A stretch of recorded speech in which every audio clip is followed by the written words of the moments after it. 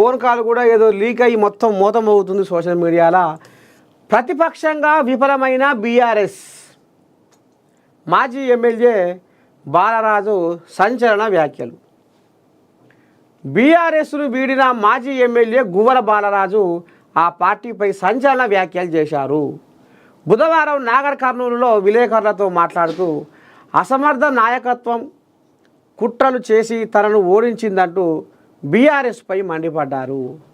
అన్యాయాన్ని ఎదిరించే పాత్రను ప్రతిపక్షం బీఆర్ఎస్ పోషించడం లేదన్నారు. కార్యకర్తలకు కష్టకాలంలో పార్టీ అధినాయకత్వం అండగా ఉండాలని అభిప్రాయపడ్డారు. ప్రజలు ఏమి ఆశిస్తున్నారో అది చేయకుండా అధికార ప్రతిపక్ష పార్టీలు మాటల యుద్ధం చేసుకుంటున్నాయని ఆయన ఆగ్రహం వ్యక్తం చేశారు. మోయినాబాద్ ఫామ్ హౌస్లో గువ్వల బాలరాజు 100 కోట్లకు అమ్ముడు పోలేదని స్పష్టం చేశారు. గువ్వల బాలరాజు అంటేనే ఒక సెన్సేషన్. జీబీఆర్ ఉన్నట్టుగా మాట్లాడకూడదంటే ఒప్పుకోండి అంటూ తన అభిప్రాయాన్ని ఈ సందర్భంగా కుండబద్దలు కొట్టారు. గతంలో బీఆర్ఎస్ పార్టీ అధినేత కేసీఆర్ ఏం ఆదేశిస్తే అదే తాను చేశానని చెప్పుకొచ్చారు. పేదరిక నిర్మూలన, ప్రజల పక్షమే తన పంతమన్నారు.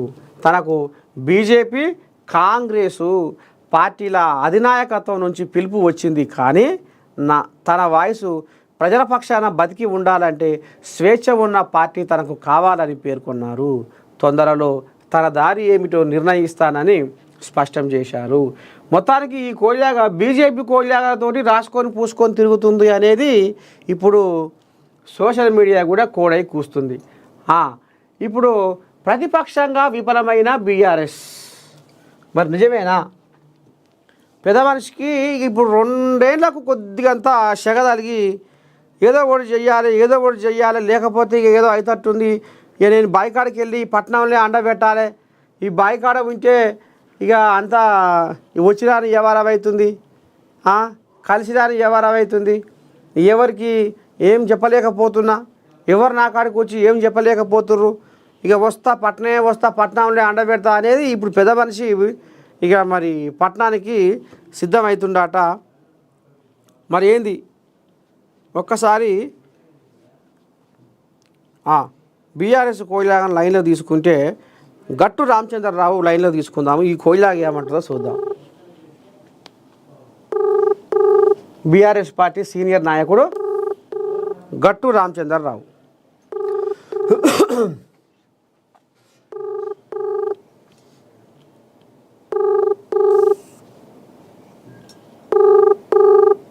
Your call has been forwarded to voicemail.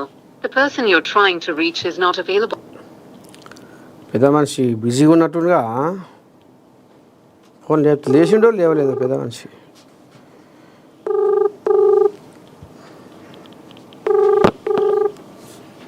సరే మరి చేస్తాడు చూద్దాం ఈలోపు.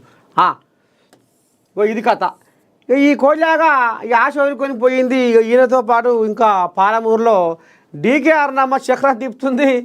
ఇంకా బీఆర్ఎస్కి వెళ్ళి ఇంకా 12 మంది ఎమ్మెల్యేలు, మాజీ ఎమ్మెల్యేలు, ఇంకా కొంతమంది లీడర్లు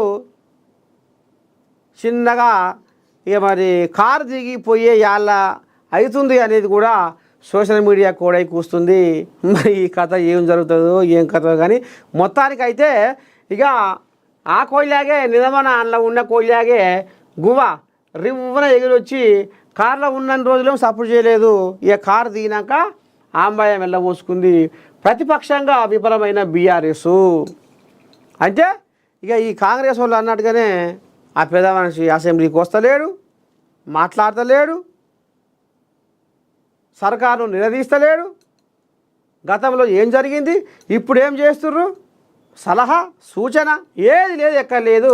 తమ ఆశయ బాయికాడ మంచిగా రాగాలు తీసుకుంటా జోలపాట వాడుకుంటా ప్రకృతి ఒడిలో నిద్రపోతున్నాడు. ఇక లేస్తాడట ఇప్పుడు. ఎందుకంటే కోయిలాగలని జారిపోతున్నాయి కదా, ఇక మరి ఊకుంటారా కోయిలాగలు? ఎవరితో వాళ్ళు చూసుకుంటారు. ఇంకా కూడా ఏమన్నా కల్లోలం కావాలని కలవరపడుకుంటా ఇక దారికి వస్తుందట పెద్ద